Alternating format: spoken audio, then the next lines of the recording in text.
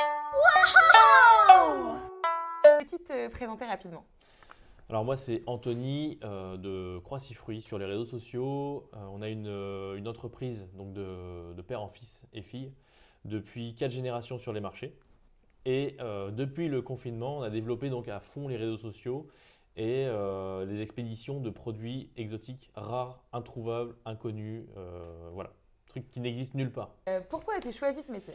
J'ai choisi ce métier parce que déjà je suis né dedans. Ouais. Donc j'ai grandi avec les fruits et légumes, j'ai toujours connu ça. Je suis mon père sur le marché depuis que j'ai 6 ans. Donc quand j'avais 6 ans, il nous mettait une petite table avec des fraises, des framboises à vendre, tu sais, genre on jouait aux commerçants mais pour de vrai quoi. Et les clients ils venaient nous chercher des fraises, des framboises, tu sais, ils nous aidaient à rendre la monnaie et tout, c'était trop mignon quoi, parce que Trop mignon. comme on a une clientèle de proximité, on se connaît, nos clients nous connaissent et on les connaît quoi. Donc Ouais. c'était très très cool et en grandissant, après j'ai fait donc des études de paysagiste et Ouais. finalement ça me plaisait pas, je suis revenu sur les marchés, je me suis lancé à fond dedans avec mes propres séries de marchés et puis après voilà, j'ai fini sur les réseaux. Qu'est-ce qui te plaît le plus dans ton métier? Ce qui me plaît le plus actuellement, ce qui me plaît le plus, parce qu'en fait c'est en fonction des moments de sa vie je crois, mais ce qui me plaît Ouais. le plus c'est de donner un produit à quelqu'un, Ouais. qu'il le mange et voir les étoiles dans ses yeux. Que le mec il te regarde et que tu vois qu'il s'est pris une claque. Ok, ce truc c'est une dinguerie quoi. Tu C'est vois. ça. Ça c'est. Une découverte d'aliments nouveaux et enfin pour eux et de se dire ah ça n'existait pas dans ma vie avant. Ouais, c'est ça. C'est génial. Un nouveau monde quoi. C'est ça, ouais. C'est comme quand tu es comme les bébés quand tu sais pour la première fois, tu leur donnes un truc à manger et Avec que le citron. tout de suite tu vois, ouais, ou du citron, ouais. C'est ça. Ouais, c'est ça. Tu vois, c'est la même chose. Ouais, c'est ça, j'adore. Ce truc qui Avoir se passe une à ce réaction, moment-là. une Ouais. émotion, c'est ce que souhaitent les artistes en général. Tu sais, Ouais. c'est un réflexe d'artiste. L'artiste veut créer une émotion, qu'elle soit bonne, qu'elle soit mauvaise, avec ce qu'il va donner. Ben, là, c'est la même chose. C'est une forme d'art, finalement, d'aller chercher tous ces fruits et légumes. C'est ça, ça me passionne. Pourquoi as-tu décidé d'importer des fruits exotiques et surtout, là, en l'occurrence, on va parler de la banane un petit peu. Donc, pourquoi la banane et comment tu l'as choisie Déjà, la banane, je crois que c'est le produit de tous les fruits qu'on vend le plus. Si tu mets si tu mets le résultat des fruits sur toute l'année, Ouais. le produit qui se vend le plus, c'est la banane. Parce que tu vends toujours de la banane. Toute l'année, les gens veulent manger des bananes, qu'il fasse chaud, qu'il fasse froid, ou peu importe, ils veulent manger de la banane. Donc déjà, c'est le produit exotique. Ouais. Parce que ça reste un produit exotique. On l'a oublié maintenant parce que c'est tellement devenu commun Habituel, que ouais. c'est le produit exotique le plus vendu, le plus demandé et un des plus appréciés aussi. C'est vachement bon. C'est vachement bon. On n'en fait pas pousser en France, si? En Martinique et en Guadeloupe. Ouais, mais en métropole, pardon. En métropole, il y a pas de... Alors, je connais un mec qui a fait pousser de la banane en Bretagne. Mais c'était vraiment un cas à part, quoi. C'est Alors, ça. un mec Presque sous vide avec une chaleur d'enfer. un mec un peu borné, genre, ouais, il peux y voulait arriver. faire pousser sa banane en Bretagne, quoi. Il a réussi. Il a même fait pousser la variété de banane bleue, la Blue Java. Ah oui, la Blue Java. Donc, voilà. Pas mal, bien joué. Comment choisis-tu tes fournisseurs? C'est une bonne question, ça. Comment je choisis mes fournisseurs? Déjà, il y a le feeling avec la personne. On a un métier qui est très humain, avant tout.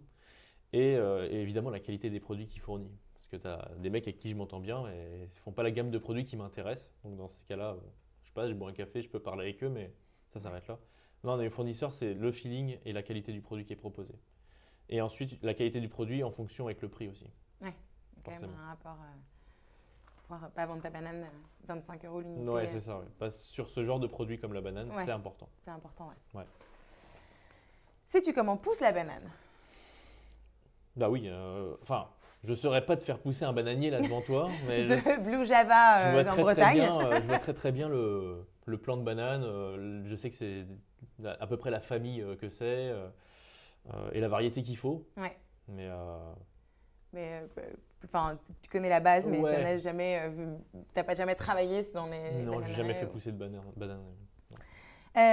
Aurais-tu une anecdote à partager sur la banane? Tu l'as déjà fait finalement avec le mec qui a fait pousser sa banane Blue Java Bah, en j'en ai plein des Bretagne. anecdotes sur les bananes parce que c'est pas forcément alimentaire, mais déjà c'est le fruit commercialisé dans le monde le plus vieux. C'est le premier fruit qui a été commercialisé dans le monde entier et dont la maturation est maîtrisée à 100% par l'homme. On sait exactement à quelle température, au centième de degré près, il faut mettre la banane pour qu'elle mûrisse. Parce qu'en fait, ils ne peuvent pas les ramasser mûres, parce que sinon elle explose. Elle continue de mûrir la banane. Une fois qu'elle est lancée, elle ne s'arrête plus. Ok. Par contre, quand il la ramasse verte, elle ne dégage pas encore l'éthylène, parce que ça dégage un gaz naturel pour mûrir. L'éthylène comme les pommes, ouais. Et l'éthylène, en fait, il le propulse en gaz pendant le transport pour commencer à lancer la maturation de la banane. Ouais. Et ensuite, ils le finissent ici quand ça arrive en métropole, dans des chambres spéciales qui à Rungis. Okay. Mais des anecdotes sur la banane, c'est juste c'est incroyable, ça a fait tourner des pays entiers. Ouais. Donc c'est ce qu'on appelle les républiques bananières, c'est des dictatures qui ont été faites par les mecs qui vendaient les bananes. C'est-à-dire que les mecs étaient devenus tellement puissants dans certains pays d'Amérique du Sud que c'est eux qui dirigeaient le pays. C'était pas le dictateur en place, c'était eux qui disaient on va faire comme ça, on va faire comme ça, et si ça va pas, ben voilà.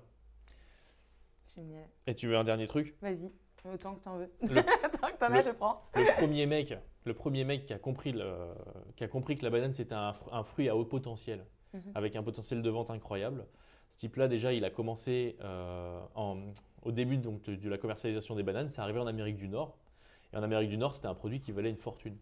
Et lui, il ramassait les bananes dans les poubelles et il allait les vendre aux commerçants qui ne pouvaient pas se payer des bananes. Tu sais, il vendait ça aux commerçants qui revendaient ça aux particuliers après.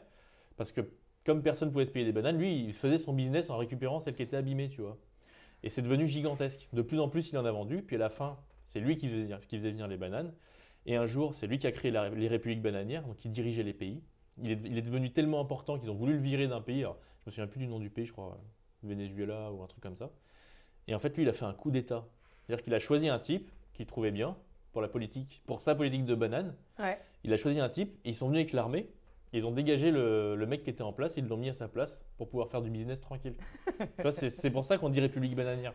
C'est des mecs qui avaient un pouvoir, mais immense. Immense. C'est impressionnant. Comment les bananes arrivent ici? Principalement par bateau. Ok. Elles sont cueillies vertes, chargées dans les bateaux. La maturité, il commence à la lancer dans les bateaux avec de l'éthylène. Ouais. Et ensuite, elle est terminée ici en métropole, dans les sous-sols à Rungis. Il y a des chambres spéciales pour ça. Pour continuer à faire mûrir. Ouais.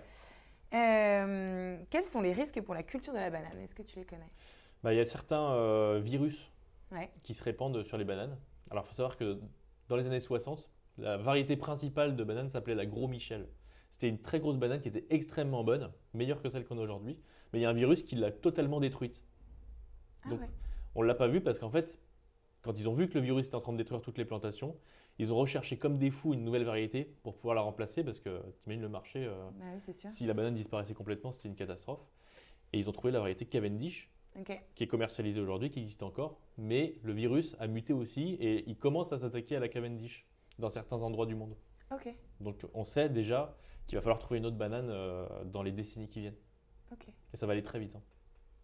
Qu'est-ce qui te rend fier tous les jours? Qu'est-ce qui me rend fier tous les jours?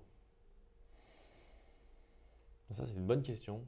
De manière générale, j'ai du mal à me retourner sur ce que j'ai fait et à me dire ça c'est bien ou tu vois genre moi je veux avancer. Et je sais à peu près où je veux aller. Et je pense qu'à un moment donné, peut-être que je m'arrêterai, je dirais ok là ce que j'ai fait c'est bien, mais pour l'instant je suis encore jeune. Je sais que ce que j'ai fait c'est bien, mais je suis pas encore fier de moi. Tu n'as pas fini ton process, donc tu n'arrives pas à te dire ça y est, c'est bon, je suis fier. Non, peut-être qu'à la fin je te dirais que je m'étais trompé. Je ferais peut-être autre chose ou je sais pas. Mais non, je peux pas te dire là tout de suite que je suis fier de moi. Je suis fier de quand je ramène un nouveau produit, etc. Je suis très content. Mais je peux pas me retourner sur ce que j'ai fait et dire là, les gars. Il n'y a pas un fruit que tu as ramené genre vraiment exceptionnel où tu t'es dit là j'ai réussi à aller le chercher, je suis trop fier. Bah ouais, alors il y en a un, mais il n'a jamais été commercialisé, c'est la sapote noire. La sapote noire, je l'ai vue en vidéo un peu furtif sur internet, tu sais, en se demandant est-ce que c'est un vrai fruit ou pas. C'est une espèce de gros fruit comme ça, vert. Et quand tu l'ouvres dedans, c'est tout noir. Et il paraît que ça a le goût de chocolat et la texture de mousse au chocolat. Je l'ai vu. Je l'ai vu sur… ouais, je l'ai vu. Et alors un jour, j'ai rendu service à un type. Et en échange, ce type était à La Réunion. Il m'a dit, moi en fait, tu cherches de la sapote noire parce que j'en ai dans mon jardin. J'ai dit, t'es sérieux là? Je lui ai dit, mais vas-y, mais je la veux, tu vois, je la veux. Genre. Et en fait, je lui ai demandé ça et genre 2 ans après qu'il m'ait dit ça, j'ai reçu ce fameux colis là que j'ai montré une fois en vidéo qui a fait des millions de vues et j'ai pu tester la sapote noire. On en a parlé, mais tu vois une évolution écologique se produire sur l'import des fruits exotiques. Tu m'en as parlé rapidement, notamment du fait qu'on utilise les soutes à bagages pour pouvoir aussi bien transporter les humains que transporter les fruits au lieu de ne faire que des avions tout seuls avec les fruits dedans. Et puis tu m'as parlé aussi de la Java bleue en Bretagne. Ouais. Est-ce que tu vois d'autres choses qu'on arrive à faire en France qui nous permettent de ne pas avoir à impacter trop impacté trop par le voyage ou même justement quand tu parlais de République bananière, on ne peut pas dire que les gens étaient extrêmement bien traités à l'époque de la République bananière et je pense que dans certains de ces pays ça peut être un peu compliqué parfois d'être sûr que la banane est éthique, que les gens sont... Ils ont créé des labels pour ça. Ouais, ils ont créé des labels et des marques privées. Et donc est-ce que tu essaies d'aller vers un de ceux-là? Qu'est-ce que tu vois comme nouveauté, comme espoir de la suite? Il y a certaines marques que je ne citerai pas là, mais il y a certaines marques que je veux, avec lesquelles je ne travaille pas parce qu'elles ne m'intéressent pas. Ok. Je peux vraiment rien dire parce que sinon, s'ils regardent, parce que comme il y a plein de monde qui regarde les trucs, mais Ok, si tu veux pas que je le mette, je mets pas. Hein. non, tu peux le mettre, mais tu peux dire qu'il y a certaines marques et tout. Ouais, juste, je ne peux pas te dire lesquelles exactes parce que sinon, voilà. Ouais, mais j'en ai quelques-unes en tête, hein, je te rassure. Sans doute la même, mais. Avec Shopwise. Donc des trucs vraiment où c'est presque de l'esclavage sur certains produits qui travaillent. Ouais. Où les mecs qui se font arroser de pesticides pendant qu'ils sont en train de ramasser le produit en question. Et ça non. Ça c'est ma limite vraiment. Voilà. Et après pour le reste, vu que je fais venir des produits de niche, généralement je connais les personnes. Par exemple, je travaille beaucoup avec le Vietnam. Donc je connais le Vietnamien qui travaille avec le producteur qui me fait venir mes fruits de la passion, qu'on a sous notre marque maintenant. Et je sais exactement comment c'est fait. Je sais comment c'est fait. Le gars qui me fait venir les fruits de la passion du Vietnam, il m'envoie souvent des vidéos depuis le Vietnam où il est dans les champs avec les gens et je sais comment il travaille. Bon, évidemment, je ne suis pas H24 derrière, il peut se passer des choses que peut-être je ne vois pas. Mais je sais comment ça pousse, je sais ce qu'ils mettent dessus ou ce qu'ils ne mettent pas dessus.